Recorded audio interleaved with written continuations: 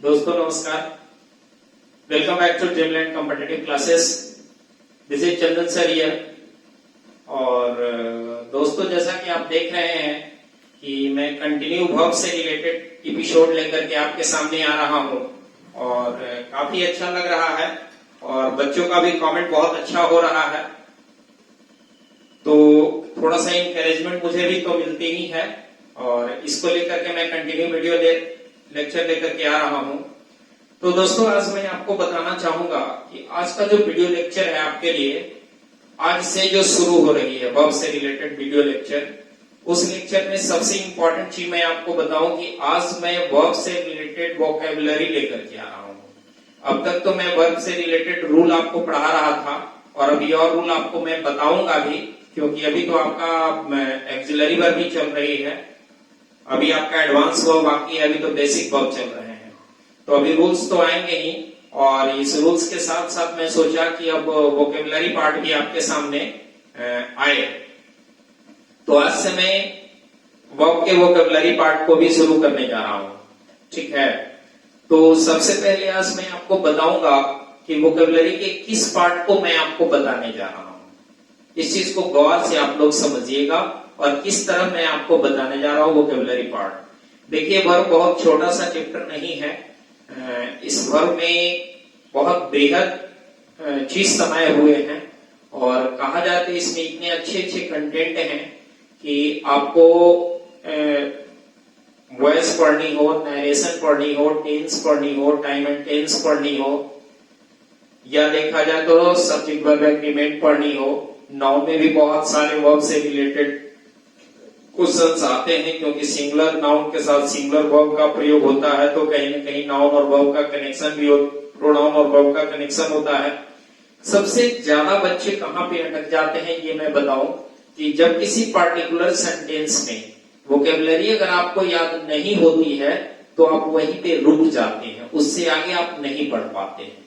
लेकिन मुझे पता है कि अगर उससे आगे आप छलांग लगा लेते हैं तो आगे आपको बहुत सारी चीजें आप जानते हैं, आपके पास नॉलेज है, लेकिन आप नहीं बढ़ पाते हैं। रीजन है कि ये छोटा सा वोकैबुलरी पार्ट जो है आपको यहीं पे रोक कर रख दी है, आपके लिए एक दीवार खड़ा कर दी है, ठीक है। तो मैं चाहूंगा कि आप दीवार खड़ा ना करें और इस दीवार को तोड़ करके आप सीधा आगे निकल जाए, ठीक है ना। तो उसी सेक्शन को लेकर के मैं आया हूं वोकैबुलरी पार्ट पढ़ाने और स्पेशली वर्ब के वोकैबुलरी पार्ट पढ़ाने। तो चलिए सबसे पहले हम आज शुरू करते हैं वर्ब।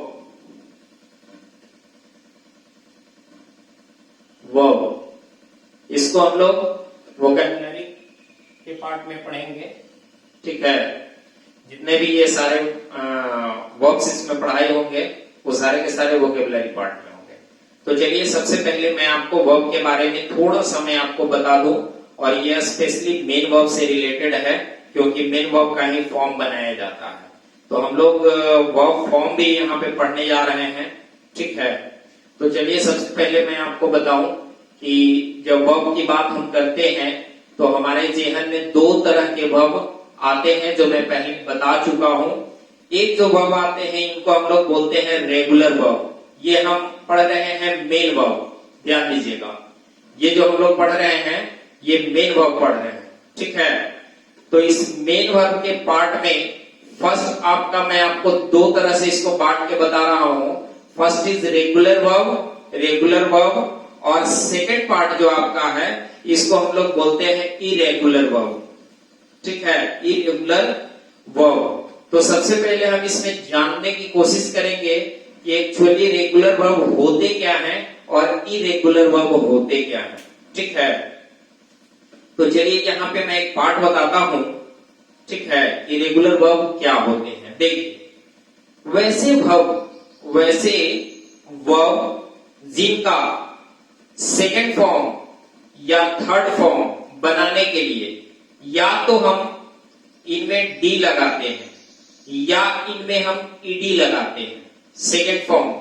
थर्ड फॉर्म बनाने के लिए भी इनमें डी लगाते हैं या थर्ड फॉर्म बनाने के लिए हम लोग ईडी लगाते हैं। ऐसे जितने भी वर्ब फॉर्म्स होंगे सारे के सारे वर्ब फॉर्म्स को रेगुलर वर्ब की श्रेणी में रखा गया है। क्यों इसको रेगुलर कहा गया है इसके बारे में मैं आपको बताऊं कि इसका सेकेंड फॉर्म और इसके थर्ड फॉर्म बनाने के लिए, ध्यान दीजिएगा मैं फिर से सुना रहा हूं, इसका सेकेंड फॉर्म और इसके थर्ड फॉर्म को बनाने के लिए इसका रेगुलर पैटर्न है। रेगुलर पैटर्न क्या है कि डी और ईडी लगेंगे, डी और ईडी लगेंगे, ये इसका रेगुलर पैटर्न है। ऐसे जितने भी श्रेणी में वर्ब आएंगे सभी वर्ब का सेकेंड फॉर्म और थर्ड फॉर्म बनाने के लिए इनमें रेगुलर पैटर्न की ही आवश्यकता होती है। ठीक है, समझ में आ रहा है रेगुलर पैटर्न। इसीलिए इन सारे वर्ब्स को हम लोग रेगुलर वर्ब की श्रेणी में रखते हैं। ठीक है, इन सारे वर्ब को हम लोग रेगुलर वर्ब की श्रेणी में रखते हैं। ठीक है ना। अब आप ये पूछ सकते हैं कि सर आप मुझे बताइए कि ये रेगुलर वर्ब की संख्या कितनी है। ठीक है ना, कितने रेगुलर वर्ब मुझे मेमोराइज करना पड़ेगा। तो मैं आपको बताऊं कि रेगुलर वर्ब से रिलेटेड मैं एक आपका तैयार किया हूं एक्सरसाइज। ठीक है ना, ये रेगुलर वर्ब की पूरी एक्सरसाइज है और इसमें टोटल आपका 15 एक्सरसाइजेस है। टोटल 15 एक्सरसाइजेस हैं और वन एक्सरसाइज में 50 मीनिंग्स है। ठीक है ना, 50 वोकैबुलरी जो है वन एक्सरसाइज में, और ऐसे 15 एक्सरसाइज मैं आपको दिया हूं तो अगर कहा जाए तो 750, ठीक है ना, 750 वोकैबुलरी जो है आपको मिल रही है याद करने के लिए। अब आप ये पूछ सकते हैं कि सर हमें ये पाने का जरिया क्या होगा। ठीक है, तो मैं व्हाट्सएप ग्रुप में मैं डाल दूंगा और जिन किन्हीं को इस व्हाट्सएप ग्रुप से जुड़ना होगा ड्रीमलैंड कॉम्पिटिटिव क्लासेस के व्हाट्सएप ग्रुप से, तो आप मुझे पर्सनल व्हाट्सएप नंबर मेरा दिया हुआ है, उस नंबर पे आप मैसेज कर देंगे और मैं उसे व्हाट्सएप ग्रुप में जोड़ दूंगा। और जितने भी रिलेटेड आपके मतलब उस व्हाट्सएप ग्रुप में फालतू का कोई मैसेज नहीं जाता है, इसलिए कि व्हाट्सएप ग्रुप में केवल एडमिन ही उसमें मैसेज डाल सकता है। तो जितने भी उसमें मैसेज आते हैं सिर्फ पढ़ाई से रिलेटेड है, फालतू एक भी मैसेज नहीं जाएगा। ठीक है, तो उस व्हाट्सएप ग्रुप में मैं ये सारा चीज पीडीएफ फॉर्मेट में मैं डाल दूंगा। ठीक है, आप चाहें तो वहां से ले करके और इसे मेमोराइज कर सकते हैं। ठीक है, ये हुआ मेरा रेगुलर वर्ब का पैटर्न। अब जरा रेगुलर वर्ब के पैटर्न को हम लोग आगे बढ़ाते हैं, तो अगर हम लोग इसको देखें तो हम लोग थोड़ा वर्ब की बात करते हैं। तो एक वर्ब है एब्यूज। अब ये एब्यूज आपका है, ये बेस फॉर्म है, वर्ब का V1 फॉर्म है। अब इस एब्यूज को अगर V2 में बदलते हैं तो हम लोग लिखते हैं इसको एब्यूज्ड, और V3 भी बनाते हैं तो हम लोग लिखते हैं इसको एब्यूज्ड। ठीक है, उसी तरह आपका ध्यान दीजिएगा बहुत सारे ऐसे वर्ड हैं। डेयर एक वर्ड है, तो डेयर का अगर V2 बनाते हैं तो हो जाता है डेयर्ड, और V3 बनाते हैं तो हो जाता है डेयर्ड। ठीक है, क्लियर हो रहा है। चलिए थोड़ा सा मैं साउंड का एडजस्टमेंट कर लेता हूं, थोड़ा साउंड का प्रॉब्लम है, थोड़ा देखिए साउंड का क्या एडजस्टमेंट होगा, क्योंकि उधर से साउंड आ रही है। चलिए तो देखिए हम लोग इसमें देख रहे थे कि ये जो पर्टिकुलर वर्ड है इनका जब V2 और V3 बनाते हैं तो हम लोग डी या ईडी का प्रयोग करते हैं। जैसे एक वर्ड है इमिट, अगर इसका V2 बनाएंगे तो बन जाएगा इमिट, तो था ही, इसमें ईडी लग जाएगा, और यहां भी आपका जब बनेगा तो इसमें ईडी लग जाएगा। ठीक है, तो थोड़ा सा एक चीज और इसमें मैं बताऊं कि आप ये प्रश्न उठा सकते हैं कि सर आप मुझे बताइए कि कहां पे डी लगेंगे और कहां पे ईडी लगेंगे। ठीक है, तो मैं आपको बता दूं स्पष्ट रूप से कि वैसे वर्ब जिनकी समाप्ति ई से होती है उनका V2 और V3 बनाने के लिए हमें सिर्फ डी लगाना होता है। ठीक है ना, और वैसे वर्ब जिनकी समाप्ति ई से नहीं होती है वैसे वर्ब का V2 और V3 बनाने के लिए हम ईडी का प्रयोग करते हैं। ठीक है ना, समझ गए ना। जिस वर्ब की समाप्ति ई से होती है उनका V2 और V3 बनाने के लिए हम डी का प्रयोग करते हैं, और जिस वर्ब की समाप्ति आपका ई से नहीं होती है, ई को छोड़ करके बाकी किसी भी अल्फाबेट से होती हो, किसी भी लेटर से होती हो, तो उस स्थिति में हम इनका V2 और V3 बनाने के लिए हम ईडी का प्रयोग करते हैं। मुझे लगता है कि इतना तो आपको समझ में आ रहा होगा, ठीक है ना। रेगुलर वर्ब समझ में आ गया कि रेगुलर क्या होते हैं, इसलिए इनको रेगुलर कहा गया क्योंकि ये रेगुलर पैटर्न में अपने फॉर्म बदलते हैं, ठीक है। चलिए अब आगे हम लोग बढ़ते हैं और आगे हम लोग देखते हैं इरेगुलर वर्ब किसे कहते हैं, ठीक है ना। अब जरा देखिए कि इस इरेगुलर वर्ब को थोड़ा हम लोग पढ़ने के लिए इसको हम मिटा रहे हैं, आप चाहें तो इसका स्क्रीनशॉट ले लीजिए, ठीक है। मिटा दूं? चलिए देखिए अगला जो आपको बताने जा रहे हैं, हम इरेगुलर वर्ब बताने जा रहे हैं।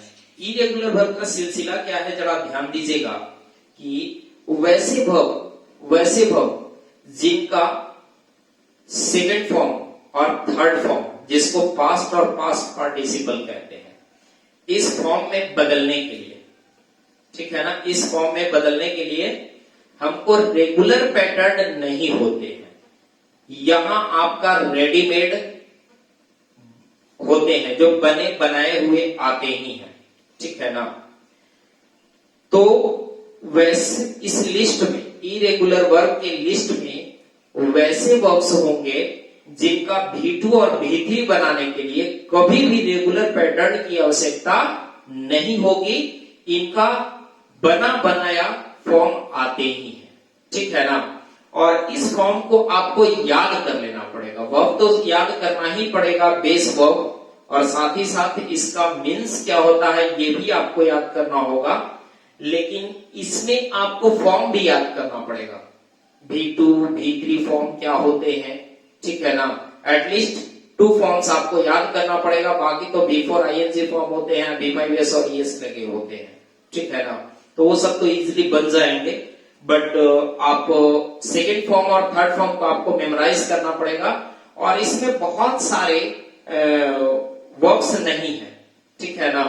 तो चलिए इसका भी लिस्ट मैं आपके लिए बना रखा हूं, जिसमें इसमें जो है सिर्फ इरेगुलर वर्ब का लिस्ट है, और इस इरेगुलर वर्ब में आपका प्रेजेंट फॉर्म दिया हुआ है, उसका मीनिंग दिया हुआ है कि इस पार्टिकुलर बेस फॉर्म का मीनिंग क्या होता है, बेस फॉर्म का मीनिंग क्या होता है, और साथ ही साथ उसका सेकेंड फॉर्म यानी पास्ट फॉर्म और थर्ड फॉर्म यानी पास्ट पार्टिसिपल फॉर्म भी यहाँ पे दिया हुआ है, ठीक है ना। तो 3 फॉर्म्स आपको इसमें दिए हुए हैं, और ये टोटल का टोटल लिस्ट जो है आपके इरेगुलर वर्ब से रिलेटेड लिस्ट, ठीक है।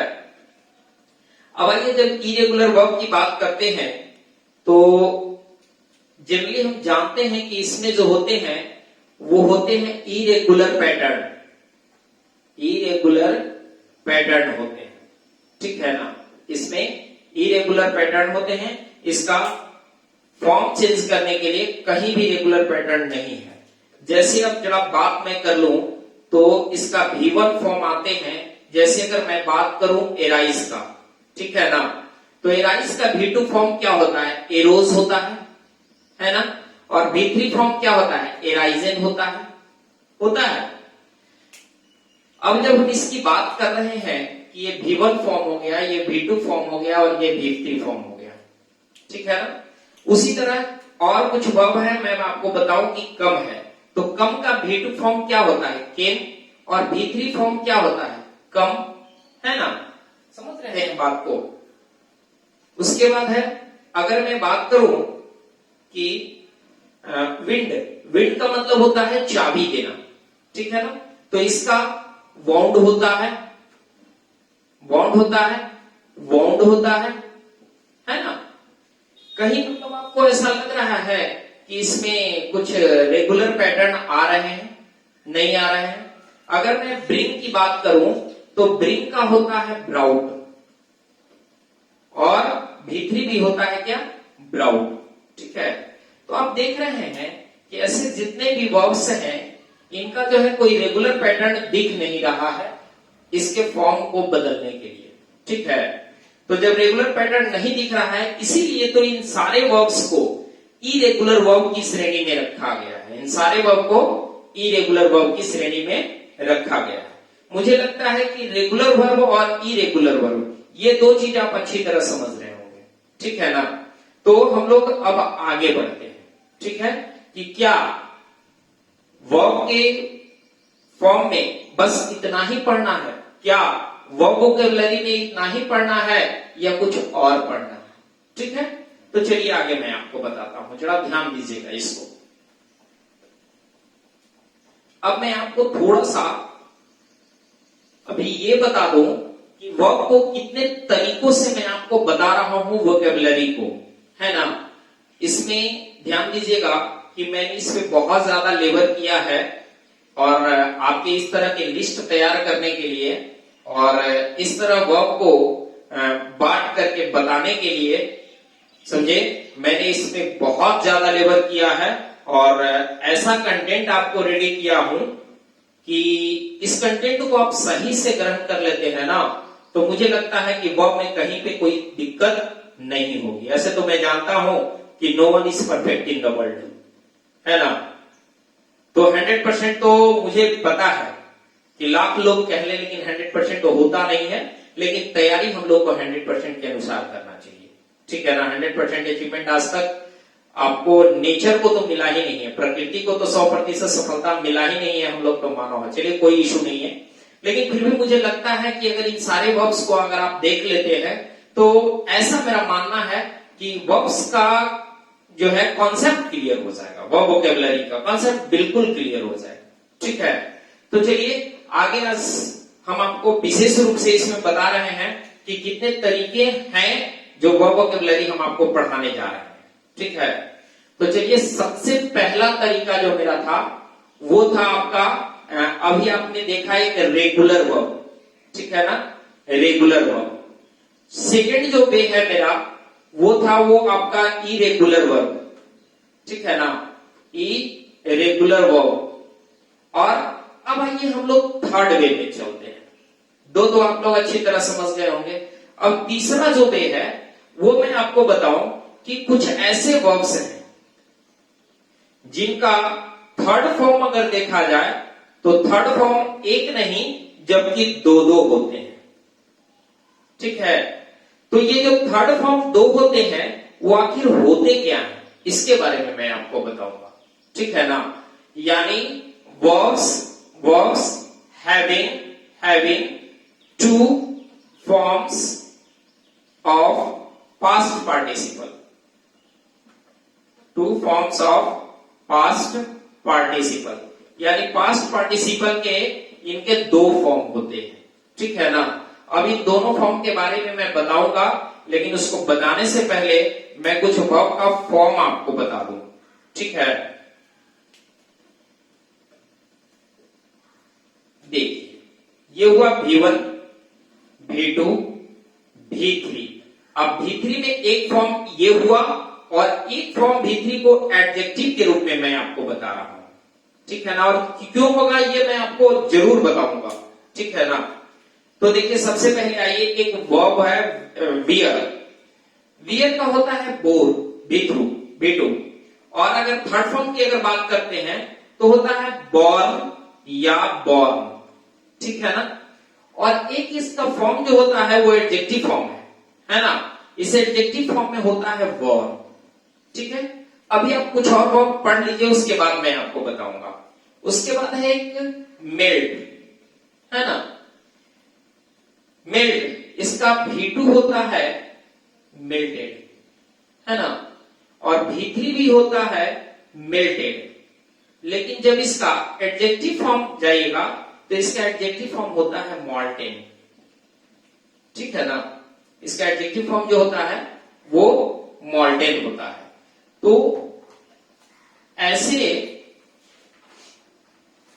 ऐसे कुछ वर्ब का जिक्र मैं आपको बता रहा हूं। जैसे ये वर्ब है आपका ड्रिंक, इसका होता है आपका V2 ड्रंक, V3 भी होता है ड्रंक। लेकिन जब एडजेक्टिव की बात कीजिएगा तो हो जाता है आपका ड्रंकेन, समझ गए। लेकिन अब थोड़ा सा मैं आपको यहां पे बताऊंगा जरूर कि इन दोनों में अंतर क्या है ना। इन दोनों में अंतर क्या है।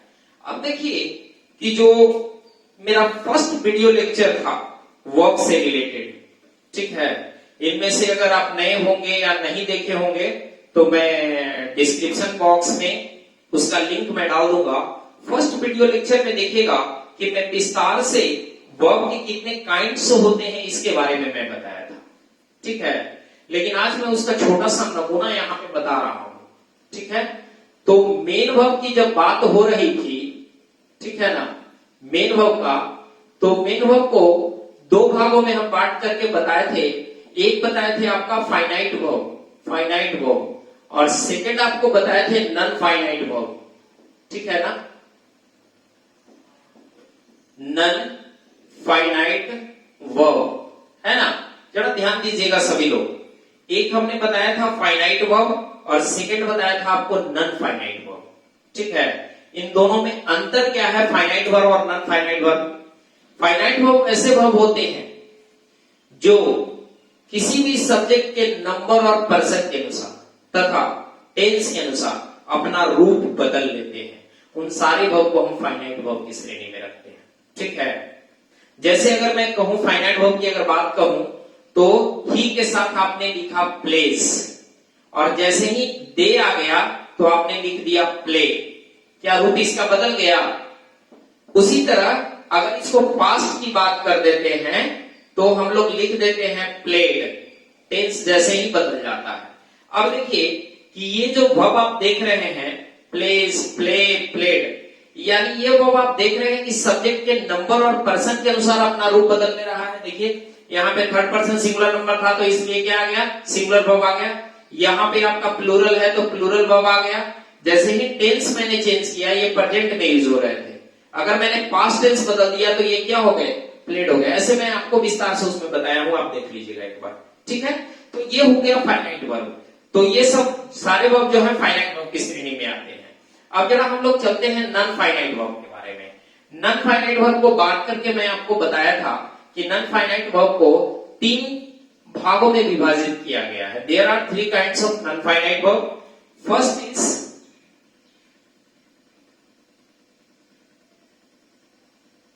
जिरंड, सेकेंड इज इंफिनिटिव, और थर्ड इज पार्टिसिपल। ध्यान दीजिएगा, इस नॉन फाइनाइट वर्ब को मैंने 3 भागों में बांट करके बताया था। पहला जिरंड, दूसरा पार्टिसिपल, तीसरा इंफिनिटिव, ठीक है ना। जिरंड, पार्टिसिपल और इंफिनिटिव। अब जिरंड की जब बात करते हैं तो जिरंड में हमारा था वर्ब प्लस आईएनजी, ये जिरंड होते हैं। इस जिरंड को नाउन की श्रेणी में रखा गया है, याद रखिएगा, ठीक है। अगर पार्टिसिपल की बात कीजिएगा तो याद रखिएगा कि पार्टिसिपल को 3 भागों में बांटा गया है। एक को हम लोग बोलते हैं प्रेजेंट पार्टिसिपल, दूसरे को हम लोग बोलते हैं पास्ट पार्टिसिपल, और तीसरे को हम लोग बोलते हैं परफेक्ट पार्टिसिपल, ठीक है। पहला प्रेजेंट पार्टिसिपल, दूसरा पास्ट पार्टिसिपल और थर्ड इज परफेक्ट पार्टिसिपल, ठीक है। अगर प्रेजेंट पार्टिसिपल की बात कीजिएगा तो यहां भी हमारा वर्ब प्लस आईएनजी फॉर्म आते हैं, लेकिन पार्टिसिपल का मतलब ही होता है एडजेक्टिव, याद रखिएगा, पार्टिसिपल का मतलब ही होता है एडजेक्टिव। अब ये प्रेजेंट पार्टिसिपल है, अगर ये प्रेजेंट पार्टिसिपल है तो ये वर्ब प्लस आईएनजी यहाँ एडजेक्टिव का काम करेगा, जबकि जिरंड के रूप में वर्ब प्लस आईएनजी नाउन का काम करेगा। इसका विस्तार से यूज है, आपको एडवांस वर्ब में ये पढ़ाया जाएगा, आपको बताएंगे हम। उसके बाद है जब पास्ट पार्टिसिपल की बात कीजिएगा तो जनरली हम लोग जानते हैं पास्ट पार्टिसिपल जैसे ही नाम आता है तो हमारे जेहन में नाम आ जाती है third form of the verb, यानी वर्ब का ये थर्ड फॉर्म होगा। उसके बाद अगर परफेक्ट पार्टिसिपल की बात करते हैं तो हम लोग लिखते हैं हैविंग प्लस P3, ठीक है, ये परफेक्ट पार्टिसिपल हुआ। क्लियर हो गया?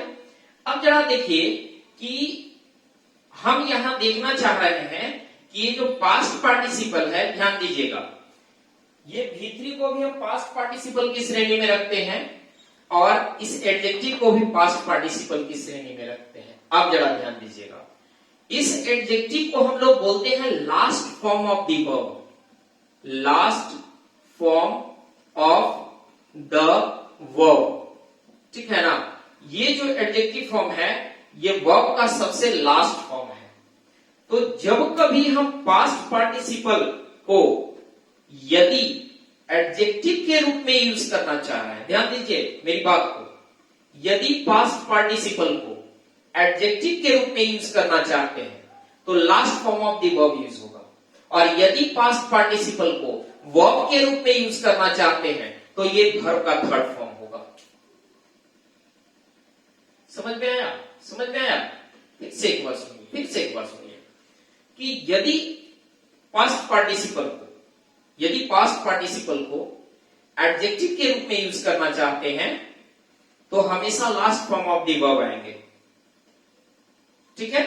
लेकिन यदि पास्ट पार्टिसिपल को आप वर्ब के रूप में यूज करना चाहते हैं तो फिर थर्ड फॉर्म आएंगे। यानी अगर एडजेक्टिव बनाना है उनको तो फिर last form of the verb, और यदि सिर्फ वर्ब के रूप में उनका भी यूज करना चाहते हैं तो फिर वर्ब का थर्ड फॉर्म। यही अंतर है इन दोनों में। अब इस अंतर को समझने के लिए मुझे आपको एग्जांपल देना होगा, ठीक है। तो चलिए आगे हम आपको इसका एग्जांपल कुछ देते हैं। चलो इसको मैं मिटाऊं, आप लोग इसका स्क्रीनशॉट ले लीजिए, मैं इसको मिटा रहा हूं। क्लियर हुआ? सॉरी, चलो ठीक है। तो यहां पे मैं इसको मिटा रहा हूं सिर्फ, चलो इसको मिटाता हूं। तो आपने अभी देखा इसमें कि अब जरा देखो कि हम दो एग्जाम्पल लिख रहे हैं, ध्यान से इसको समझना। फर्स्ट है कि द मिल्क वॉज, अब यहां बताओ कि ड्रंक होगा या ड्रंकेन होगा, ठीक है। सेकंड सेंटेंस आपको लिखते हैं, अ ड्रंक या drunken man came to my house, ठीक है। एक और सेंटेंस देखिए,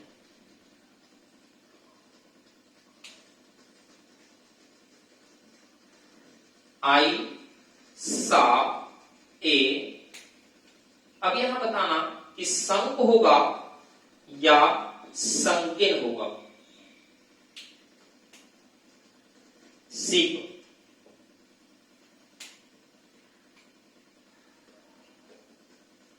नेक्स्ट,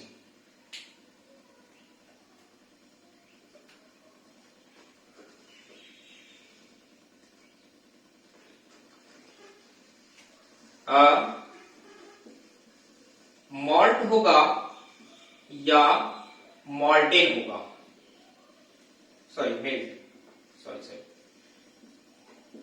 मेल्टेड होगा या मॉल्टेन होगा।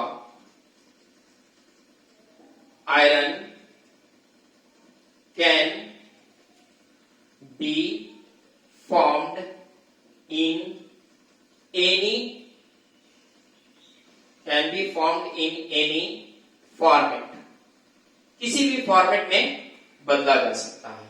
अब मुझे आप लोग बताना कि इसमें आखिर होंगे क्या। सबसे पहले आते हैं कि सबसे फर्स्ट क्वेश्चन देखते हैं, द मिल्क वॉज ड्रंक। आप मुझे बताना कि मुझे लगता है कि ये पैसिव वॉइस है।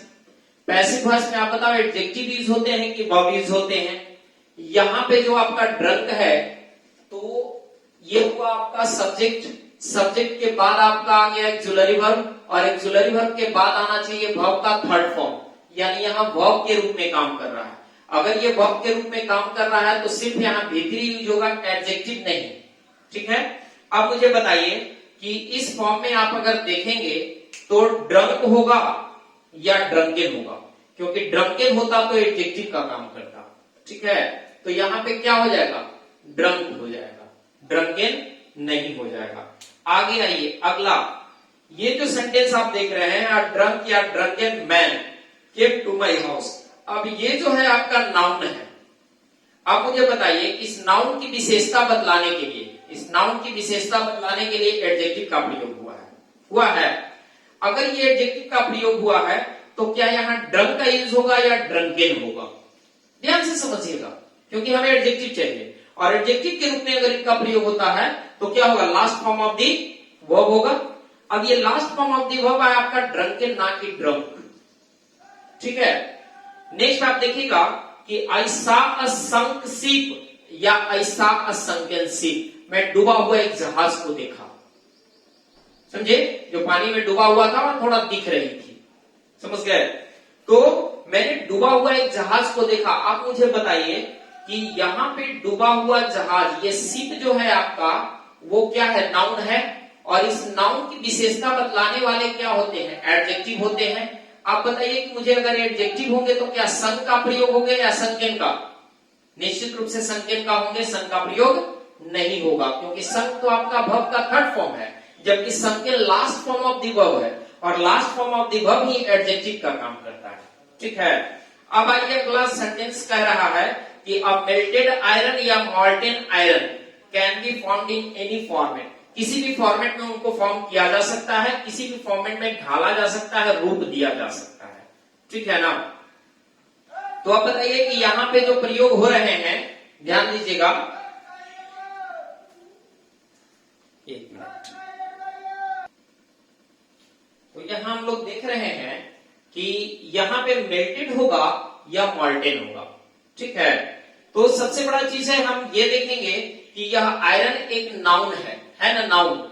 और इस नाउन की विशेषता बतलाने वाले जो होते हैं वो एडजेक्टिव होते हैं, और एडजेक्टिव आपका last form of the verb होता है। Last form of the verb आपका मॉल्टेन है, इसलिए आपका ये सही होगा और ये गलत हो जाएगा। अब मुझे लगता है कि आपको ये समझ में आ रहा होगा कि आखिर last form of the verb क्या होता है और आपका थर्ड फॉर्म क्या होता है। ठीक है, इतना आपका क्लियर हुआ? अगर इतना क्लियर हुआ तो हम लोग आगे बढ़े। चलिए इसका स्क्रीनशॉट ले लीजिए।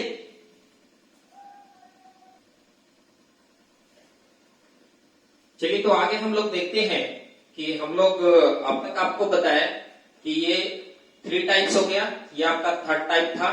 फर्स्ट टाइप हो गया आपका रेगुलर वर्ब, सेकंड टाइप हो गया इरेगुलर वर्ब, और थर्ड टाइप का जो लिस्ट है आपका, उस लिस्ट में आपको मिलेंगे verb having 2 form of past participle, वैसे वर्ब जिनके पास्ट पार्टिसिपल 2 फॉर्म होते हैं। ठीक है, चलिए आगे आइए। नेक्स्ट जो वर्ब आपको मिलेंगे वो वर्ब नाउन या एडजेक्टिव से बने हुए होंगे।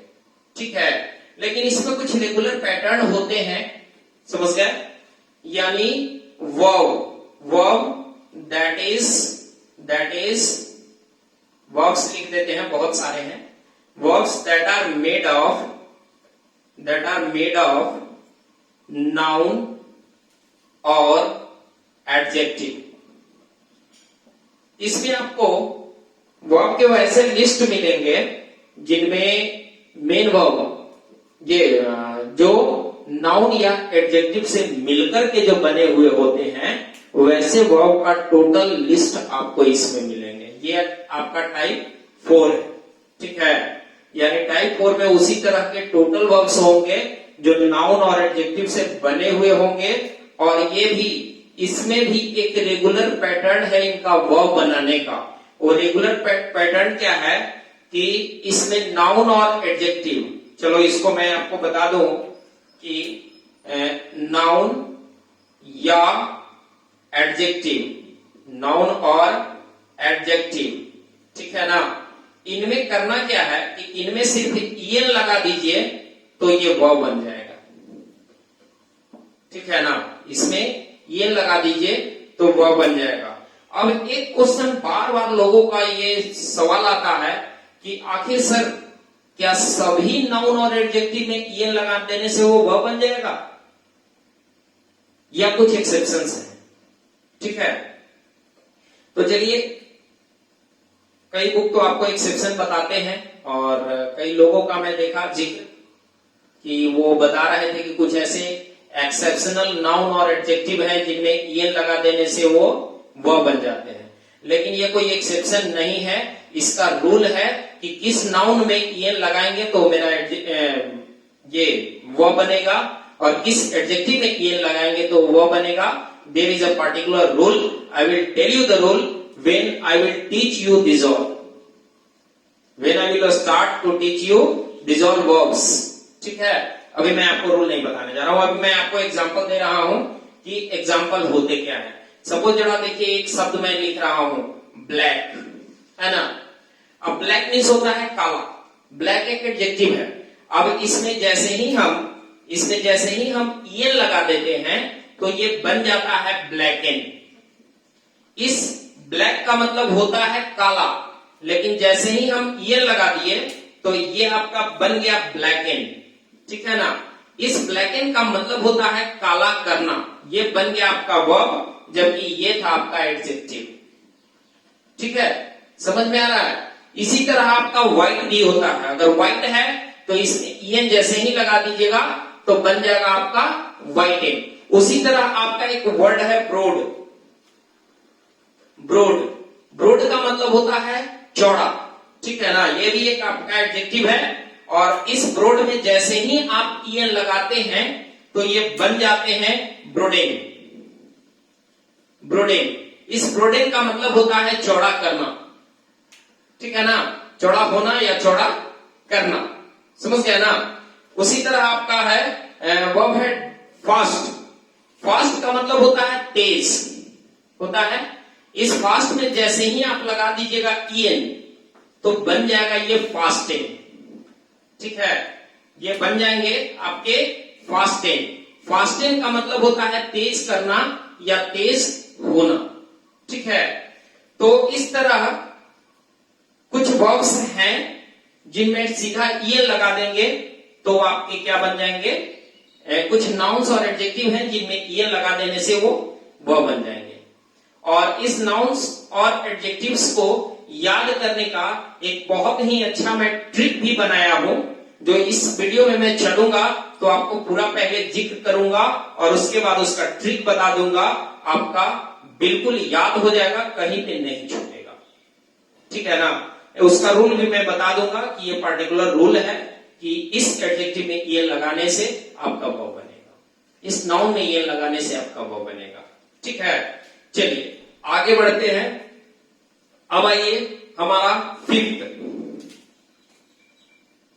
ठीक है, अब देखिए ये फिफ्थ जो आपका है, इसमें ऐसे नाउन्स, ठीक है ना, verbs that are made of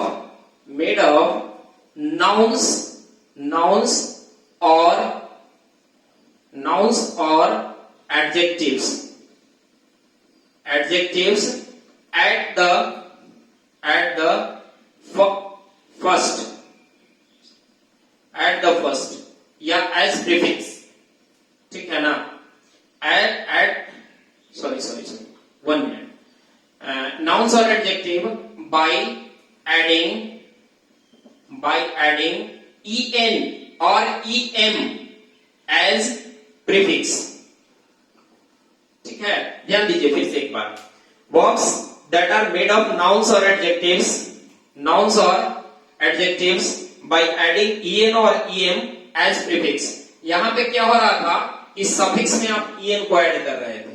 ठीक है ना, सफिक्स में आप en को ऐड कर रहे थे, यहां en प्रीफिक्स में ऐड होगा, समझ गए।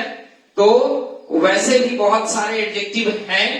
ठीक है, जैसे अगर मैं बात करूं कि सर्कल, अब जरा देखिए कि ये जो सर्कल है आपका, ये हो गया चैंट हो गया, समझे। चैंट का मतलब पता है ना क्या होता है? चैंट का मतलब होता है मनमोहक। ठीक है, चार्ज हो गए, डियर हो गए, ठीक है, रीच हो गए। अब जरा देखिए, ध्यान दीजिए सभी लोग कि सर्कल का मतलब पता है ना, वृत्त होता है। चैंट मतलब मोहक होता है या मनमोहक। चार्ज का मतलब होता है अभियोग, ठीक है ना। और चार्ज का मतलब शुल्क भी होता है, समझ गए। और चार्ज का मतलब होता है कि क्या इनर्जाइज करना किसी चीज को, ठीक है ना, ऊर्जावान बनाना या फिर से ऊर्जा भरना। जैसे आप बैटरी को रिचार्ज करते हैं, रिचार्ज करते हैं, फिर से चार्ज करते हैं, फिर से ऊर्जा भरते हैं। डियर का मतलब होता है प्यारा, रिच का मतलब होता है अमीर। अब जरा देखिए, इनमें हम सिर्फ क्या लगा रहे हैं, encircle, enchant, in charge, dear, dear means प्यारा, इन डियर, इन रिच। अब देखिए ये सब जैसे ही हमने बना दिया तो ये पार्टिकुलर वर्ब जो हो गए वह बन गए, पार्टिकुलर वर्ड जो हो गए जितने भी, ये सारे के सारे वो बन गए। अब आइए, सर्कल का मतलब क्या होता है, वृत्त। और जैसे ही हमने बना दिया इन सर्कल, इन सर्कल का मतलब होता है वृत्त बनाना या सीमा घेरना। चैंट, चैंट का मतलब होता है मोहक या मनमोहक। और इंचैंट का मतलब होता है किसी को सम्मोहित करना या मोहित करना। उसी तरह चार्ज, चार्ज का मतलब होता है अभियोग। और ऐसे अब अगर इंचार्ज की बात करते हैं, ठीक है ना, तो इंचार्ज का मतलब होता है कि किसी को चार्ज दे देना, समझे। तो देखिए वैसे वर्ब कौन कौन होते हैं, जैसे मैं कुछ वर्ब्स का जिक्र कर दूं, पहले आपको कुछ नाउन या एडजेक्टिव का जिक्र कर दूं। जैसे अगर मैं बात करूं सर्कल, ठीक है ना, सर्कल के बाद आती है आपका रिच, रिच। कैरेज एक वर्ड है ना। डियर एक वर्ड है, डियर, समझे। तो ये सब जो आप वर्ड देख रहे हैं एक चैंट वर्ड है। अब करना क्या है कि इन सारे वर्ड में करना कुछ नहीं है, इन सारे वर्ड में केवल क्या करना है कि इन को प्रीफिक्स कर देना है। अब क्या हो गया, इन सर्कल, इन रिच, इन करेज, इन करेज, इन डियर, इन चैंट। अब देखिए ये सारे वर्ड देख रहे हैं ना, जैसे ही ये सारा वर्ड बन गया तो ये सारे के सारे वर्ड बन गए वर्ब। पहले से ये वर्ड जो थे वो एडजेक्टिव या नाउन थे और इसमें केवल प्रीफिक्स कर दिया गया क्या, ईएन। और जैसे ही प्रीफिक्स कर दिया गया तो इन दोनों वर्ड मिल करके बन गए वर्ब। अब आइए, सर्कल का मतलब होता है वृत्त या घेरा और इन सर्कल का मतलब होता है घेरे में डालना, ठीक है ना, या वृत्त बनाना। रिच मतलब अमीर, जैसे ही इसमें इन लगाते हैं तो इन रिच हो गया। इन रिच का मतलब किसी को अमीर बनाना, किसी को धनवान बनाना। करेज का मतलब होता है साहस, हिम्मत, अब्स्ट्रैक्ट नाउन है। इस कैरेज से बन गया इनकैरेज। इनकैरेज का मतलब होता है किसी को हिम्मत बढ़ाना या साहस बढ़ाना। डियर का मतलब होता है प्यारा और जैसे ही इसमें ईएन लग गया तो बन गया इंडियर। इंडियर का मतलब होता है किसी का बहुत ज्यादा प्यारा हो जाना या किसी को प्यारा बना लेना, ठीक है। उसी तरह चैंट का मतलब होता है मोहक, है ना। इसी से चैंट से बन गया आपका इंचैंट। इंचैंट का मतलब होता है किसी को सम्मोहित करना या मोहित करना। क्लियर हो गया, क्लियर हो गया, ठीक है। तो चलिए ये फिफ्थ टाइप था। अब हम लोग बढ़ते हैं आगे। अब हम लोग चलते हैं टाइप 6 में। टाइप 6 में चलिए इसको मैं मिटा रहा हूं।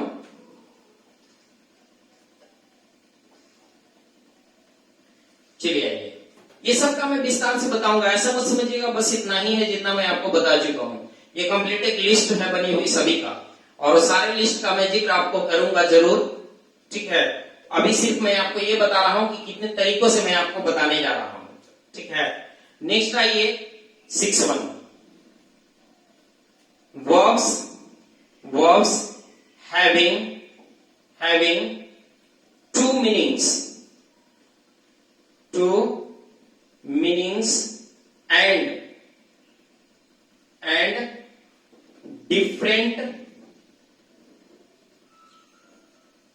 and different form। इसमें मैं आपको बताने जा रहा हूं कि वैसे वर्ब्स जिनके दो मीनिंग्स होते हैं, ठीक है। और जब दो मीनिंग होते हैं तो उनके फॉर्म भी अलग अलग होते हैं। ऐसा नहीं है कि फॉर्म भी सेम है, फॉर्म भी अलग अलग होते हैं। यानी अगर वर्ब का सेकंड फॉर्म की बात करते हैं, थर्ड फॉर्म की बात करते हैं तो फॉर्म भी अलग अलग हो जाते हैं। तो वैसे वर्ब्स जिनके दो मीनिंग होते हैं और फॉर्म भी अलग अलग होते हैं। वैसे वर्ब का कुछ लिस्ट मैं आपको बताऊंगा। तो वैसे वर्ब में कुछ मैं आपको बता दूं कि देखिए, एक वर्ब है आपका बियर, है ना। बियर का दो मीनिंग होता है। एक होता है बियर का मतलब होता है जन्म देना, ठीक है ना, जन्म देना। और एक बियर का मतलब होता है बर्दाश्त करना, बर्दाश्त करना या सहन करना, जिसको कहते हैं आप सहन करना, समझ गए। उसके बाद एक है आपका हैंग, बहुत इंपॉर्टेंट वर्ड है और कई बार एग्जाम में पूछ चुका है, ठीक है ना। तो हैंग का एक मीनिंग होता है लटकाना, ठीक है, और दूसरा मीनिंग हैंग का मतलब होता है फांसी देना, फांसी देना, समझ गए। उसी तरह बिड है, बिड का मतलब दो मीनिंग होता है। बिड मीन्स होता है बोली लगाना, ठीक है ना, बिड मीन्स बोली लगाना, या दूसरा बिड का मतलब होता है आदेश देना, ठीक है।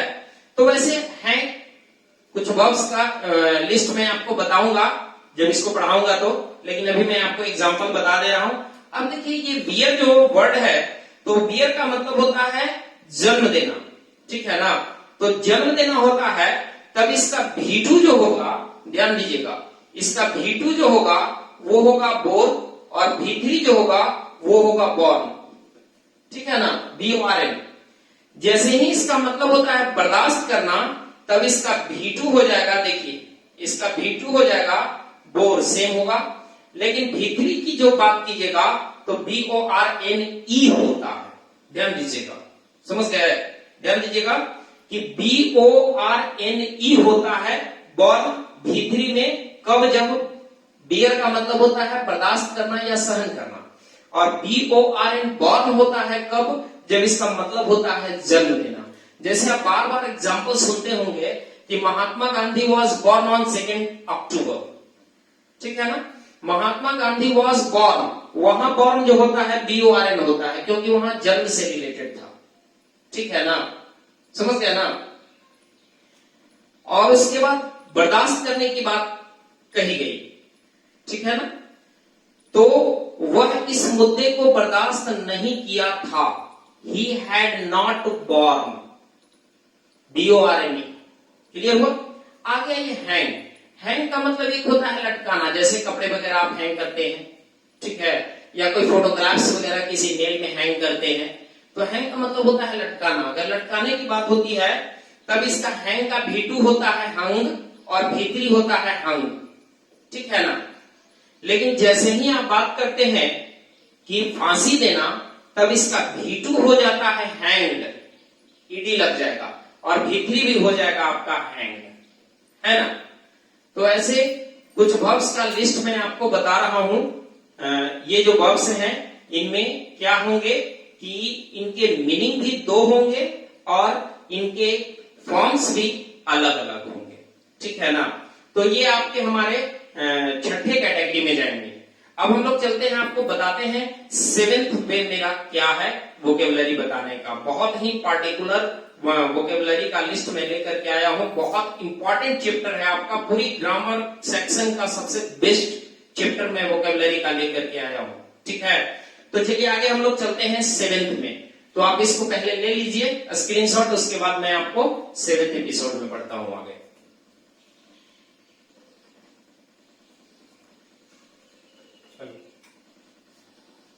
चलिए अब हम लोग आगे देखते हैं। तो ये जो अभी तक हमने आपको बताया 6th टाइप। अब ये जो आप देखे कि 6 में आपको वैसे वर्ब का जिक्र मिल रहा है जिनका दो मीनिंग्स होते हैं और डिफरेंट फॉर्म्स होते हैं। अब हम लोग चलते हैं और आगे, और अगला मेरा 7th देखिए क्या है कि इस जो 7th टाइप का वर्ब का लिस्ट मैं आपको बताऊंगा, इसमें ऐसे वर्ब होते हैं जो एक वर्ब के सेकंड या थर्ड फॉर्म दूसरे वर्ब के बेस फॉर्म होते हैं। मतलब जो स्पेलिंग आपका एक वर्ब के सेकंड या थर्ड फॉर्म का होगा, वही स्पेलिंग दूसरे वर्ब के बेस फॉर्म का होगा, ठीक है ना। तो इसमें आपको ऐसे वर्ब्स होंगे having the base form as the second और third form of other main verbs. ठीक है, इसमें वैसे वर्ब्स का जिक्र मिलेंगे जिनका बेस फॉर्म जो होता है दूसरे मेन वर्ब के सेकेंड या थर्ड फॉर्म जो होते हैं वही इनका बेस फॉर्म होता है। उसी तरह का बेस फॉर्म होता है, सेम स्पेलिंग होता है। ठीक है ना। तो इसमें भी कुछ आपको लिस्ट आपको बताएंगे कि किसी भी मेन वर्ब के सेकेंड या थर्ड फॉर्म आकर के आपका किसी दूसरे मेन वर्ब के बेस फॉर्म बनते हैं और दोनों का मीनिंग जो होता है, अर्थ जो होता है बिल्कुल अलग होता है। ठीक है ना। वैसे वर्ब कौन कौन होते हैं देखिए जरा मैं आपको बताऊं कि एक वर्ड है आपका फाइंड। ठीक है ना। फाइंड आपका क्या है, V1 है। इनका V2 क्या हो जाएगा, फाउंड। ठीक है ना। V3 क्या हो जाएगा, फाउंड। अब जरा ध्यान दीजिएगा कि फाइंड का मतलब होता है पाना। अगर इसकी हिंदी की बात करते हैं तो इसका मतलब होता है पाना। अब जरा देखिए कि ये फाइंड का मतलब होता है पाना और इसका V2 बना फाउंड और फाउंड। जैसे ही हम लिखेंगे एक वर्ड फाउंड, ठीक है ना, इस फाउंड का मतलब मीनिंग अलग होता है। इस फाउंड का मतलब होता है स्थापित करना। ठीक है ना, स्थापित करना। समझ गए। अब ये जो इस फाउंड का अगर V2 V3 की बात कीजिएगा तो वो भी थोड़ा अलग हो जाएगा। ये फाउंडेड हो जाएगा और ये फाउंडेड हो जाएगा। ठीक है। उसी तरह एक वर्ड है आपका फॉल, मीन्स क्या होता है, गिरना होता है ना। फॉल मीन्स होता है गिरना, FALL। ठीक है। इसका जैसे ही आप V2 आएगा तो फेल होता है और V3 आएगा तो फॉलन होता है। ठीक है ना, फॉल फेल फॉलन। अब जरा देखिए कि इस फॉल का मतलब होता है गिरना,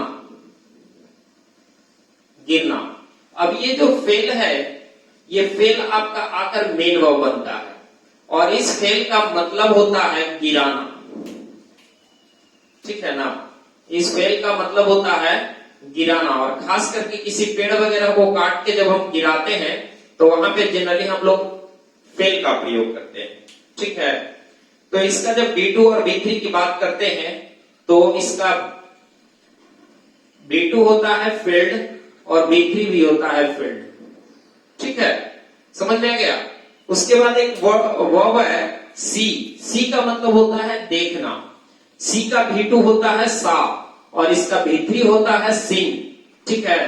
अब जरा देखिए कि जो इसका V2 है, इस V2 से हम लोग क्या करते हैं कि एक वर्ड रेडी होता है, वो होता है सा, A से W। उस सा का मतलब होता है आरे से चीरना। ठीक है। सी इसका V2 हो गया सा, V3 हो गया सिंग। जबकि यही सा जो है, इस सा आ करके आपका मेन वर्ब का रूप लेता है। इस सी का मतलब होता है देखना, जबकि इस सा जो आप देख रहे हैं इसका मतलब होता है आरे से चीरना। आरे से चीरना, लकड़ी वगैरह को तो आप चीरते हैं आरे से, उसको बोलते हैं। ये जो है सा, इसका आपका V2 होता है 60 और V3 भी होता है 100। ठीक है। तो ऐसे कुछ लिस्ट मिलेंगे, वर्ब्स का कुछ लिस्ट मिलेंगे। इस लिस्ट में आपको ऐसे ही वर्ब का जिक्र होगा जिनके V2 को उठा करके हम मेन वर्ब का बेस फॉर्म बनाते हैं। ठीक है। और उनका मीनिंग भी बिल्कुल अलग होता है। समझ रहे हैं बात को। चलिए, ये हुआ मेरा 7th टाइप। अब देखते हैं हम लोग 7वां तरीका मेरा बताने का, ये वोकैबुलरी क्या है, ये 8th वन। ठीक है। हम लोग 8वें फॉर्म में आते हैं।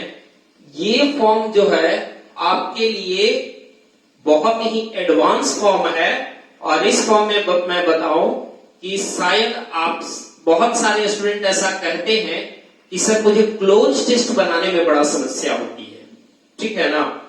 क्लोज टेस्ट बनाने में बहुत ज्यादा दिक्कत का सामना करना पड़ता है उनको।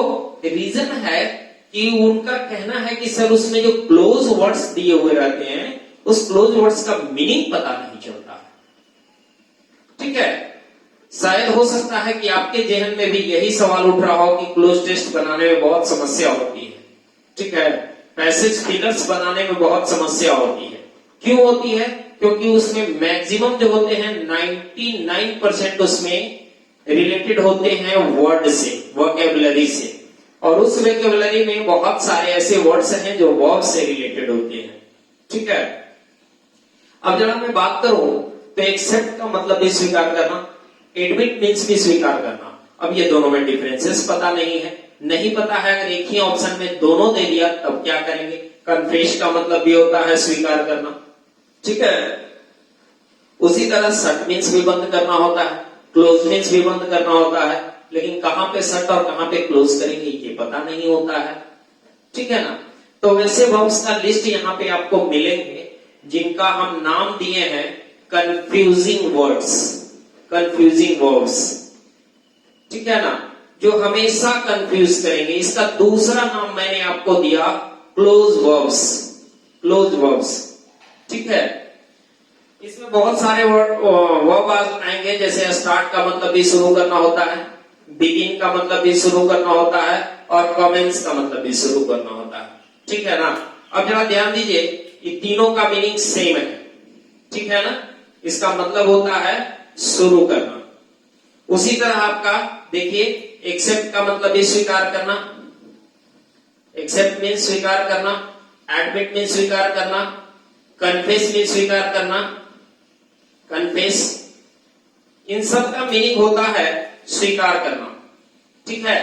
लेकिन अभी ये देखना है कि किनका प्रयोग कहां पे होता है, इसका पार्टिकुलर यूज जानना हमें बहुत जरूरी है, ठीक है ना। उसी तरह आप आ जाइए, शट का मतलब बंद करना, क्लोज का मतलब भी बंद करना होता है, ठीक है ना। एक होता है BATH बाथ, एक होता है BATHE बाथ। इन दोनों में क्या अंतर है, जबकि दोनों का मतलब होता है स्नान करना, ठीक है। उसी तरह आपका हियर मतलब भी सुनना, लिसन मतलब भी सुनना, इन दोनों में क्या फर्क है। से मीन्स कहना, टेल मीन्स कहना, इन दोनों में क्या फर्क है, से कब होगा और टेल कब होगा, ठीक है। तो ऐसे ऐसे इन सब सारे कंफ्यूजन आपको मिलेंगे, ठीक है ना। तो अभी तक मैं आपको 8 वेज मैं बताया हूं, 8 ways to teach you verb vocabulary, ठीक है। तो हम लोग अभी नहीं, आज का एपिसोड में बस यही मैं बताने जा रहा हूं, और इसके बाद अगले एपिसोड में हम लोग शुरू करेंगे फर्स्ट पार्ट से, जो आपका था रेगुलर वर्ब, ठीक है। तो आज का वीडियो मैं यही समाप्त करता हूं, ठीक है ना। आज का लेक्चर मैं यही समाप्त करता हूं। Thank you very much, best of luck for upcoming video. और दोस्तों, दिल से पढ़ाई कीजिए, मन से पढ़ाई कीजिए, मेरे वीडियो शेयर कीजिए या मत कीजिए, बट पढ़ाई दिल से कीजिए प्लीज। मेरा रिक्वेस्ट रहेगा कि बहुत अच्छा अपॉर्चुनिटी है अभी लॉकडाउन की स्थिति में कि आप अपना बेस्ट ऑफ द बेस्ट दे सकते हो अपने स्टडी पे, और जितना आप तैयारी करोगे उतना ही बेहतर होगा, ठीक है। जैसे मैं आपको बताऊं कि एक छोटा सा कहानी मैं आपको बता रहा हूं कि 2 लकड़हारा था, ठीक है। उसे दिया गया एक रिस्पॉन्सिबिलिटी। दोनों लकड़हारों को बताया गया कि आपको 2 दिन के अंदर इन 2 पेड़ को काट करके लाना है, ठीक है ना। और ये बताया गया कि जो सबसे पहले इस पेड़ को काट कर लाएगा उसे सम्मानित किया जाएगा, उसे तोहफा दिया जाएगा।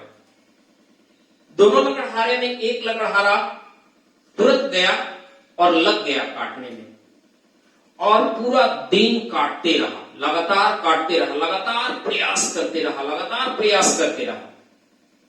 और दूसरा लकड़हारा जो था वो गया और सबसे पहले अपने सा को निकाला, आरा को, सा मीन्स आरा भी होता है और आरे से चीरना भी होता है। उस आरे को क्या करता था कि 3 घंटे उस आरे को शार्प करता था और 1 घंटे काटता था, फिर 3 घंटे शार्प करता था और 1 घंटे काटता था। जबकि दूसरा लकड़हारा शुरू से लगा हुआ था और वो कभी अपने आरे को शार्प नहीं किया, लेकिन दूसरा लकड़हारा जो था 1 घंटे काटता था और 3 घंटे उसको शार्प करता था। ठीक है, तो सबसे पहले लकड़ी किनकी कटेगी बताइए? क्या वो जो सुबह से लेकर के शाम तक लगा हुआ है उनका, या वे लोग जो सुबह से शाम तक अपने आरे को पजाने में लगे हुए हैं और बाद में 1 घंटे काम करेंगे, 3 घंटे आरे पजाएंगे, चौथे घंटे में काम करेंगे? तो निश्चित रूप से इनका आपको मिलेगा। सबसे पहले तोहफा किनको मिलेगी? सबसे पहले पेड़ कौन काटेगा? यही काटेंगे जो आरे पजाते हैं।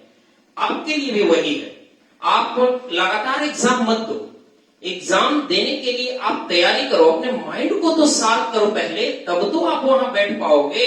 अब एक ही बार चल जाओगे पेड़ काटने, जबकि आपकी आरे सही है नहीं, आपकी नॉलेज उतनी है नहीं, आप अपने आप को उतना शार्प नहीं बना पा रहे हो कि आप वहां जाकर के क्रैक कर जाओगे। तो ध्यान रखिएगा, जितना संभव हो सके आप प्रयास कीजिए, पढ़ाई कीजिए और कंटिन्यू लगे रहिए, समझे? और मैं बार बार ये कह रहा हूं कि आप ज्यादा समय ना बिताइए, मेरे वीडियो को शेयर कीजिए या ना कीजिए, कोई फर्क नहीं पड़ता है, बट आपकी पढ़ाई अगर नहीं होगी तो आपकी लाइफ के लिए बहुत बड़ा फर्क हो जाएगा। ठीक है, तो चलिए आज के लिए इतना ही। Thank you very much, best of luck.